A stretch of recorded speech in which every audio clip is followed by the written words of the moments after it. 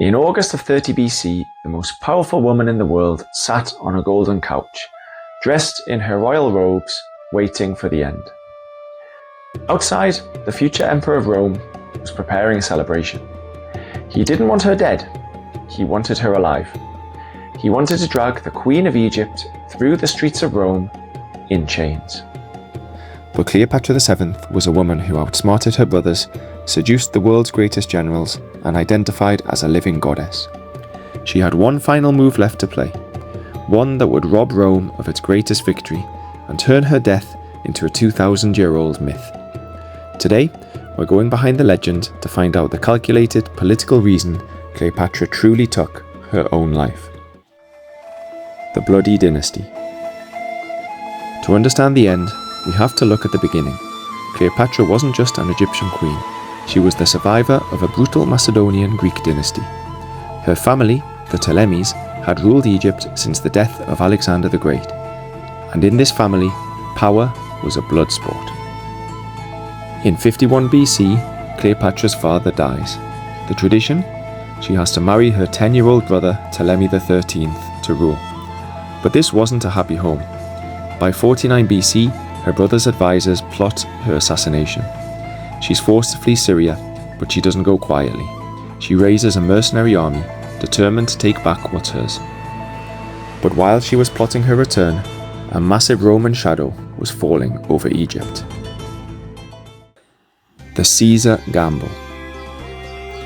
While Cleopatra was in exile, the Roman general Pompey arrives in Egypt, fleeing his rival Julius Caesar.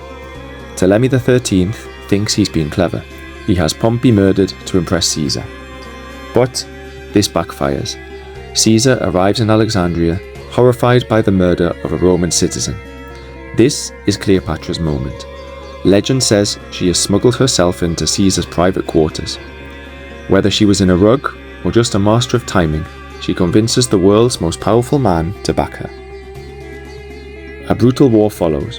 Her brother, Ptolemy XIII, ends up at the bottom of the Nile, and Cleopatra is restored to the throne. She even bears Caesar a son, Caesarion, the boy who would be Little Caesar.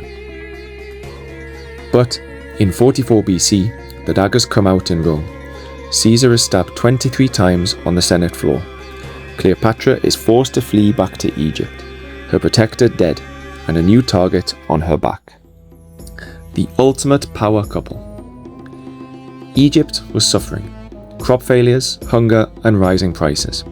Cleopatra needed a new Roman ally. Enter Mark Antony.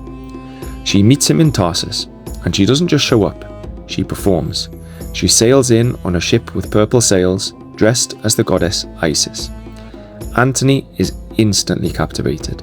He abandons his wife, his children, and his Roman duties to stay in Alexandria. For years, they are the ultimate power couple, but back in Rome, a young, cold-blooded leader named Octavian is watching. He starts a PR war, telling the Roman public that Antony has been bewitched by a foreign queen who wants to move the capital of the world to Egypt. The tragic domino effect. 31 BC, the Battle of Actium. Octavian's navy crushes Antony and Cleopatra. They flee back to Alexandria, but the walls are closing in. As Octavian's troops invade, Cleopatra locks herself in a massive tomb with her treasure. She sends a desperate message to Antony, telling him she's already dead. Why? We may never know if it was a mistake or a final test. Devastated, Antony falls on his sword. He doesn't die instantly. He's carried to the tomb where he breathes his last breath in Cleopatra's arms. He was 53 years old. Refusing the triumph. Now, Cleopatra is alone. Octavian captures her, but he has no intention of killing her. He wants her for his triumph, a massive parade in Rome where he can show her off as a defeated trophy. Cleopatra knows what this means: humiliation, her children in chains, and a life of shame.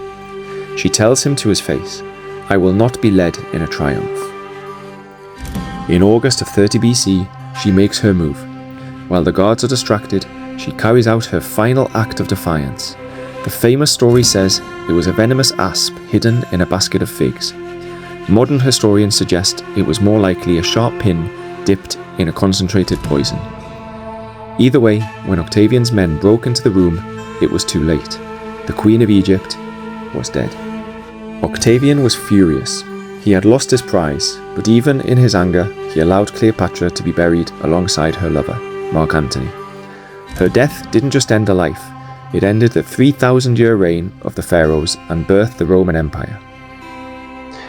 So, what do you think? Did Cleopatra kill herself with an asp? Or do you think she poisoned herself? The debate is still open. Please like and subscribe for more, and thanks for watching.